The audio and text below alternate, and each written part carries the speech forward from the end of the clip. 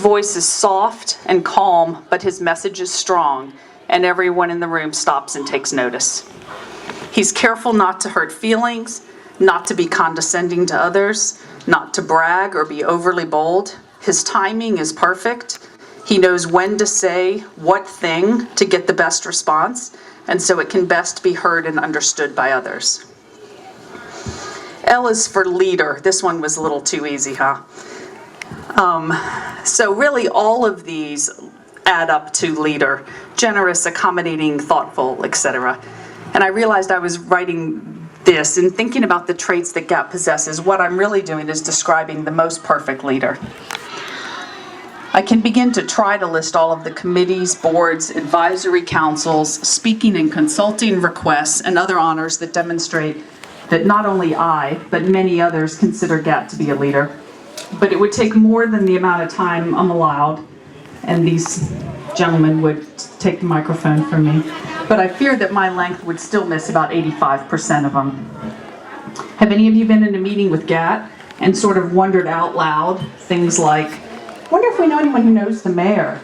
Or, true story, I wonder if we know someone who knows the U.S. ambassador to South Sudan? Because I'm in these meetings all the time, and the answer is always Gat. Is there anyone he doesn't know?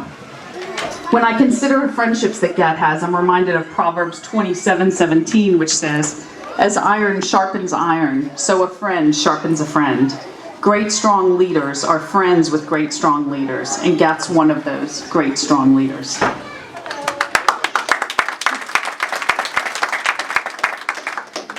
Okay, next, and this is kind of funny, but as I was writing this down on a piece of scratch paper, and writing the word that meant Gat from that, I thought that my U was a V, because I wasn't like thinking it through. I'm just like, okay, that's a V. So I wrote this whole thing with V, like Gat, Vu, Gat, Vac, and then realized that it's a U. So, but my V was really good, so I'm leaving it in here and I'm going to read it anyway. So, V is for visionary. Gat saw a need and met it in a major way. His wife needed to learn English, and a couple of her friends did too, so he created an entire organization to make that happen. The Sudanese Community and Women's Services Center started in 2005 because he wanted to help his wife learn English. Not only did she, but nearly 3,000 others have too. And not only have those 3,000 people, who by the way are no longer only women, learned English, but over 600 have found employment through what is now the Nashville International Center for Empowerment. And not only that, but over 600 refugees from all over the world have been resettled through this little organization, which now has 26 staff members and over 300 volunteers serving more than 2,000 people each year.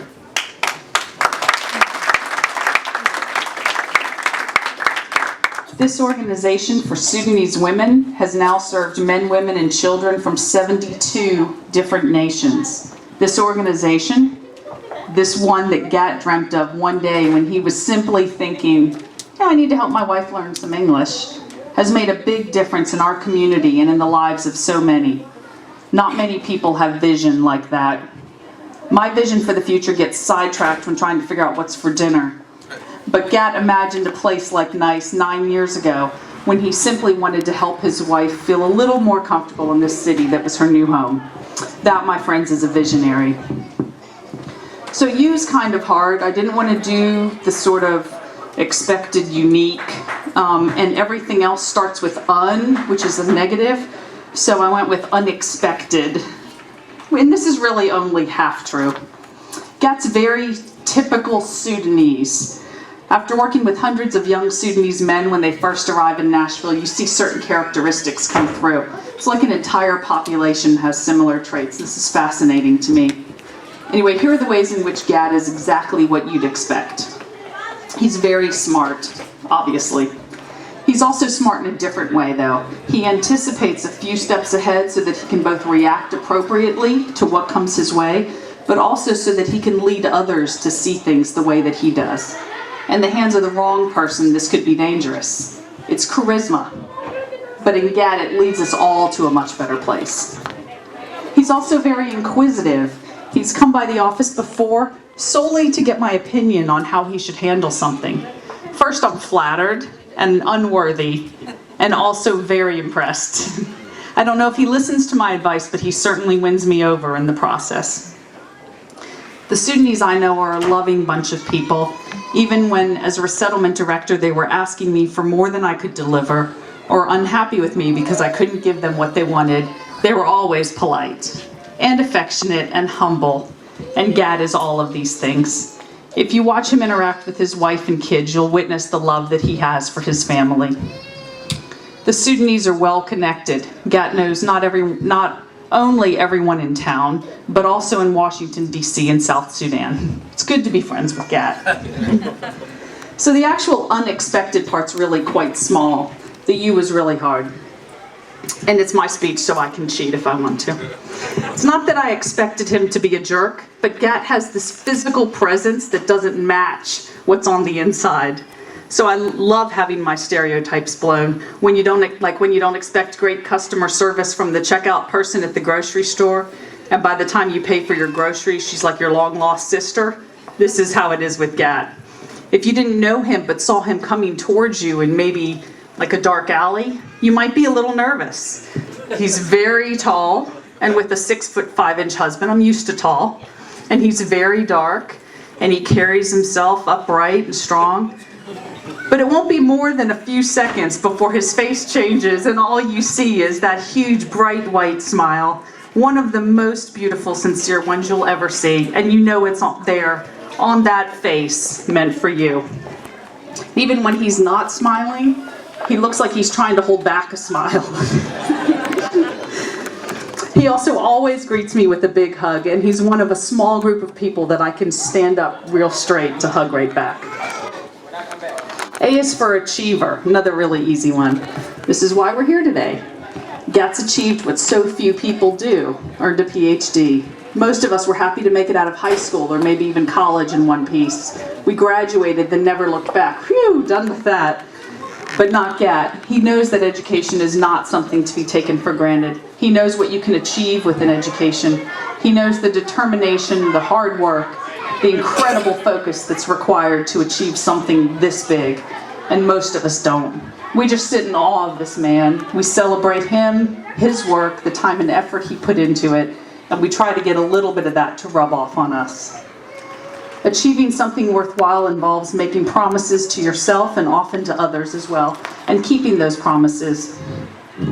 Gat fell in love with a beautiful young girl in a refugee camp, made her a promise that he'd be back for her, and kept that promise. He's created a precious, loving family with this beautiful woman, modeling for his kids what can be done with hard work and determination. I tell my kids this all the time, but as Gat knows best, the way they hear it best is to see their parents doing it, and in doing that, Gat has ensured his children will succeed. K is for kind. Convenient for me that K's the last, because I think this is the most important trait and something that Gat has in abundance.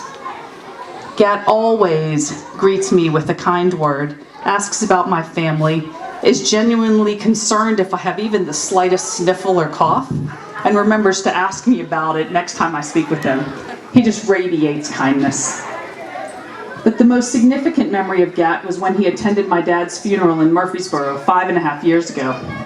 Incidentally, today would have been my dad's 87th birthday.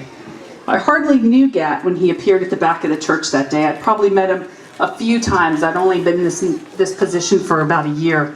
But he must have intuitively known how much my dad meant to me and how much it might mean to me for Gat to attend, and it really, really did. A lot of friends and family and members of our church and co-workers were there that day, and Gat's the one that I remember most because it was the biggest surprise. There may be a handful of people I've known in my life who are simply kind to their very core, and strangely enough, many of them came to the U.S. as refugees. You would think that experience, not just the experience of being a refugee, but the experience that made you a refugee, would harden even the sweetest soul. But these folks, and Gat's one of them, seem unaffected by it. Maybe they have a greater capacity to forgive than the rest of us. Maybe they have a greater capacity to love than the rest of us. Maybe they're just a little bit better than the rest of us. Whatever it is, our world, our lives are deeply enriched by knowing them.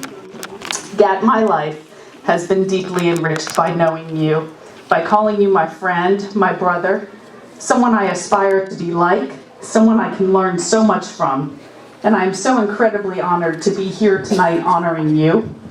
Thank you for everything you've done for me, for Nashville, for the state of Tennessee, for this wonderful and beautiful country we now share. You, Dr. Gatluak, are an inspiration. Congratulations, it is very well deserved.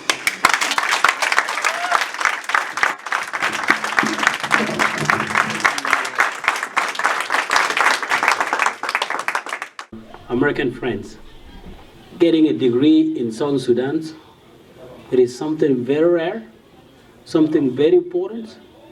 It is one of the greatest achievements you can imagine for the whole society.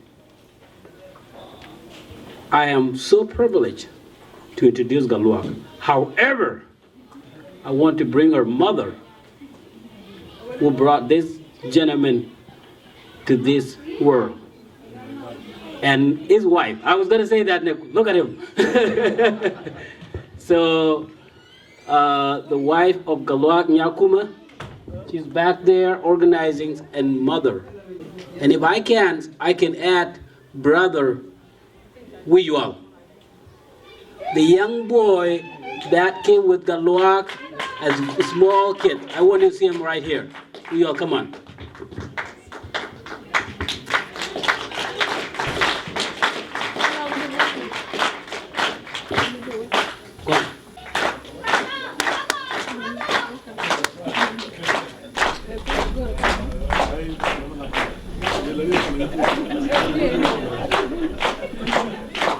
All right, for you all, I just want to show you the family that made this happen. Family came first, and then friends. God has blessed Gatluak, and I'm so humble to give this mic to Gatluak. And then on his right side, this is his wife, Nyakuma. That is mom, and that is Wiyual. That was a kid in exile. So I will give the mic. I will give this mic to Gatluak. I forget one person that was the uncle that came also today here. Cousin, sorry. Cousins. But anyway. Banak Yeet. That gentleman came all the way from Lincoln, Nebraska. He's representing a lot of cousins to Gatluak. I may not call all of them here, but not all of them are gonna talk today. But I just want them to stand right here with Gatluak so we can congratulate him. This is our moment. Gatluak, I'm not gonna talk so much. Thank you so much. Thank you, Dr. Kadbil, and thank you to all of you. I don't know, I don't have a word to describe this woman. She's so much to me. Thank you, Mandong, and Madin, Lord along. Thank you so much. John, I don't know what to say, but thank you so much. John and you all have been so much and have done incredible. It has made me who I am, challenging myself to raise a child when I was also a child. Cousin and the rest of you are here, so thank you, and you guys can go back. Sit.